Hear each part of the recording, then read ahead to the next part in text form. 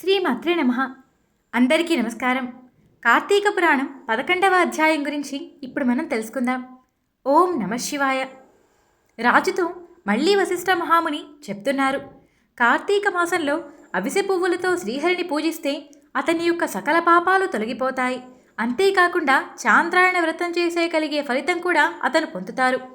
కార్తీక మాసంలో గరికతో హరిని పూజించిన వాడు పాప విముక్తులై వైకుంఠాన్ని చేరుకుంటారు. కార్తీక మాసంలో రంగురంగులతో కూడిన పట్టు వస్త్రాలను శ్రీహరికి సమర్పించిన వారు మోక్షాన్ని పొందుతారు. ఈ మాసంలో స్నానమాచరించి హరిసన్నిధిలో దీపాలను పెట్టి పురాణం చెప్పినవారు, పురాణాన్ని విన్నవారు వీరిద్దరూ కూడా వారి యొక్క సకల పాపాలను నశింపజేసుకుని పరమపదాన్ని పొందుతారు. ఈ విషయమై పూర్వం ఒక కథ ఉంది. అది విన్నంత మాత్రానే పాపాలన్నీ తొలగిపోతాయి. ఆయురారోగ్యాలు అష్టైశ్వర్యాలు కలుగుతాయి. అంతేకాకుండా ఇది చాలా ఆశ్చర్యకరంగా కూడా ఉంటుంది. దాని గురించి ఇప్పుడు నీకు చెబుతాను. పూర్వం కళింగ దేశంలో మందరుడు అనే ఒక బ్రాహ్మణుడు ఉండేవాడు. అతడు సదాచారాన్ని వదిలేశాడు. స్నానము సంధ్యావందనము చేయకుండా ఇతరులకి కూలీ పని చేస్తూ జీవనం గడిపేవాడు. అతని భార్య పేరు సుశీల. చాలా మంచి గుణము కలిగినది. ఆమె మహాపతివ్రత. భర్త యొక్క దుర్గుణాలన్నీ తెలిసి కూడా భర్త మీద ఎటువంటి ద్వేషము లేకుండా అతడిని సేవిస్తూనే ఉండేది. ఇలా చాలా కాలం గడిచిపోయాక అతడు వేరే జీవనోపాయం కోసం వెతుకుతున్నాడు. కూలీ పని చేయలేకపోయాడు.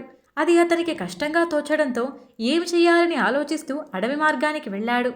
అక్కడ మార్గమధ్యంలో కాచుకొని కూర్చునేవాడు. అక్కడ మార్గంలో వెళ్లేవారిని అడ్డగించి వారి దగ్గరున్న ధనానంతా తీసేసుకునేవాడు. అడ్డుపడితే వారిని చంపేసేవాడు కూడా. ఇలా ఇంకా కొంతకాలం గడిపేశాడు. ఆ వచ్చిన ధనంతోనే కుటుంబాన్ని పోషించుకుండేవాడు. ఒకప్పుడు ఆ బ్రాహ్మణుడు దొంగతనం చేయటానికే మార్గమధ్యంలో కూర్చుని ఉన్నాడు. ఆ మార్గంలో ఒక బ్రాహ్మణుడు వెళుతూ ఉండడం చూశారు. ఆ బ్రాహ్మణుడి చేతిలో ధనంతో ఉన్న మూట కనిపించింది. దానితో వెంటనే అతన్ని మరిచెట్టుకి కట్టేసి అతని చేతిలో ఉన్న ధనానంతా తీసేసుకున్నాడు.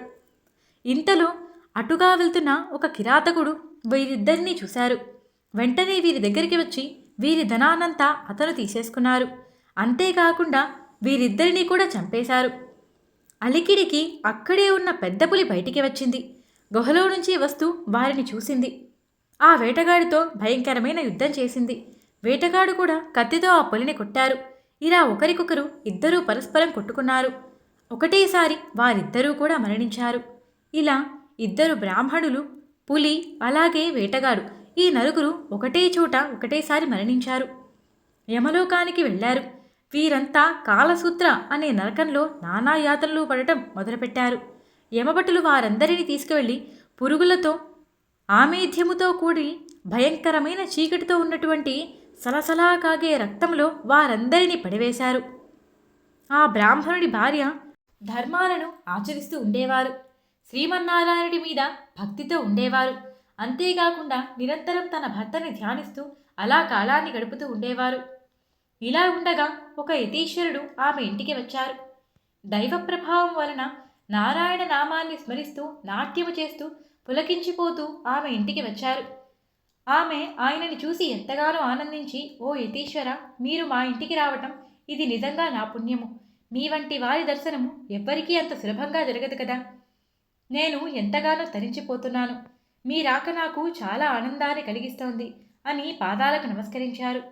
నేను ఒక్కదానిని మా ఇంట్లో ఉన్నాను. నా భర్త ఇక్కడ లేరు అని చెప్పారు.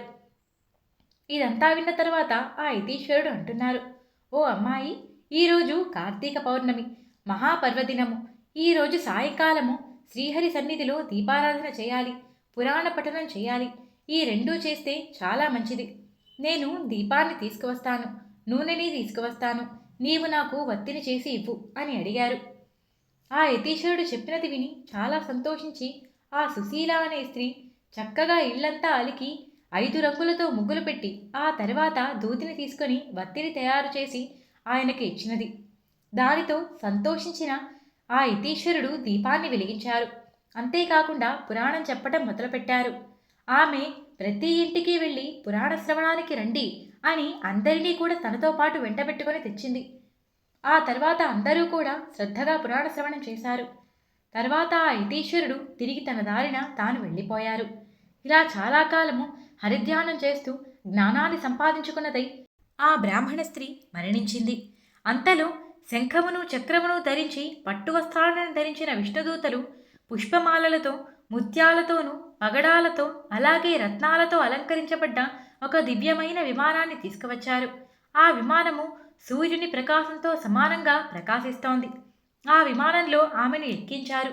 జయ జయ ధ్వనులతో మేళతాళాలతో ఆమెను వైకుంఠానికి తీసుకువెడుతున్నారు. దారి మధ్యలో ఆమె నరకాన్ని చూసింది. తన భర్త అందులో ఉండటం ఆమెకు చాలా ఆశ్చర్యం కలిగింది. తన భర్తతో పాటు ఇంకా ముగ్గురు ఉండటాన్ని కూడా గమనించింది. వెంటనే విష్ణుదూతలని అడిగింది, అయ్యా, ఒక్క నిమిషం ఆగండి. నా భర్త నరకంలో ఉన్నారు. అతనితో పాటు ఇంకా ముగ్గురు కూడా ఉన్నారు. వీరికి ఈ దుష్ప్రాప్తి ఎలా కలిగింది అని అడిగారు. వెంటనే విష్ణుదూతలు ఇలా అంటున్నారు, అమ్మా, ఇతడు నీ భర్త. ఇతడు కూలీ పని చేసుకుని దొంగతనాలు చేసి పరుల ధనాన్ని అపహరించాడు. వేదంలో చెప్పబడిన ఆచారాలన్నిటినీ వదిలేసి దుర్మార్గం పనులు చేశాడు. అందువల్లే ఇతడికి నరకం ప్రాప్తించింది. ఇక రెండోవాడు బ్రాహ్మణుడు, మిత్రద్రోహి, మహాపాపి. చిన్నప్పటి నుంచి తనతో ఉన్న బాల్యమిత్రుడిని చంపి అతడి దగ్గర ఉన్న ధనాన్ని అంతా తీసుకుని అపహరించి ఇతర దేశాలకు వెళ్ళాలి అని నిర్ణయించుకున్నాడు. అలా వెడుతూ ఉండగా నీ భర్త చేతిలో మరణించాడు. ఇటువంటి పాపాత్ముడు గనక ఇతడికి నరకలోకంలో పడ్డాడు. ఈ మూడవవాడు వేటగాడు. ఇతడు నీ భర్తని అలాగే ఆ బ్రాహ్మణుణ్ణి ఇద్దరినీ చంపేశాడు. అందువల్లే ఇతడు నరకంలో పడ్డాడు. ఈ నాలుగవవాడు పులి.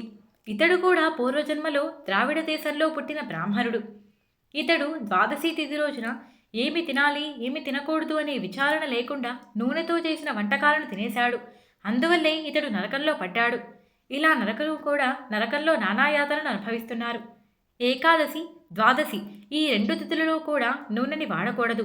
నూనె నిషేధించబడింది. నెయ్యిని మాత్రమే వాడాలి అని విష్ణుదూతలు స్పష్టంగా వివరించారు. అదంతా విన్న తర్వాత బ్రాహ్మణ స్త్రీ చేతులు జోడించి నమస్కరించి అడుగుతున్నారు, ఓ అయ్యలారా, ఏ పుణ్యం వలన వీరు నరకలోకం నుంచి ముక్తి పొందుతారు అని అడిగారు. ఆ మాట విని విష్ణుదూతలు చెప్తున్నారు, అమ్మా, కార్తీక మాసంలో నీ వల్ల చేయబడ్డ పుణ్యములో పురాణ శ్రవణాన్ని నీ భర్తకి ఇవ్వు. దానితో అతడు విముక్తి పొందుతాడు. నువ్వు పురాణ శ్రవణం కోసం దీపాన్ని వెలిగించటానికి వత్తిని చేసి ఇచ్చావు. ఆ పుణ్యాన్ని ఆ కిరాతకునికి ఇవ్వు. దానితో అతడు కూడా ముక్తిని పొందుతాడు. పురాణ శ్రవణార్థమై నీవు ప్రతి ఇంటికి వెళ్ళి చాలామందిని పిలుచుకొచ్చావు. ఆ పుణ్యాన్ని ఆ బ్రాహ్మణుడికి అలాగే ఆ పులికి ఇవ్వు. దానితో వీరంతా కూడా ముక్తి పొందుతారు అని చెప్పారు. విష్ణుదూతల మాటలు విని ఆ బ్రాహ్మణ స్త్రీ వెంటనే తన పుణ్యాన్ని వారందరికీ పంచిపెట్టింది. దానితో వారందరూ కూడా నరకం నుంచి విముక్తి పొంది దివ్య విమానాన్ని ఎక్కారు. ఆ స్త్రీకి ఎంతగానో కృతజ్ఞత చెప్పుకున్నారు. వారు కూడా జ్ఞానాన్ని పొంది ముక్తిపదాన్ని చేరుకున్నారు. కార్తీక మాసంలో పురాణ శ్రవణం చేసేవారు హరిలోకాన్ని తప్పకుండా పొందుతారు. ఈ చరిత్రను విన్నవారు, వినిపించినవారు వారి యొక్క కోరికలన్నీ తీర్చుకోవడంతో పాటు ధనాన్ని సంపాదించి సంతోషంగా జీవించి ఆ తర్వాత మోక్షాన్ని కూడా పొందుతారు. ఈ కథని వశిష్ఠ మహాముని జనక మహారాజుకి సంపూర్ణంగా వివరించారు. ఇక్కడితో కార్తీక పురాణం 11వ అధ్యాయం సంపూర్ణం. 12వ అధ్యాయంతో మళ్ళీ కలుసుకుందాం.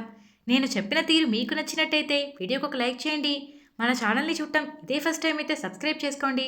పక్కనే ఉన్న బెల్ సింబల్ని ఆన్ చేసుకోవడం మర్చిపోకండి. అలాగే ఒక చిన్న విషయం అండి, మా ఇంటి పక్కన కన్స్ట్రక్షన్ జరుగుతోంది. అందుకే ఈ డిస్టర్బెన్సెస్ అన్నీ వస్తున్నాయి, ఏమనుకోకండి.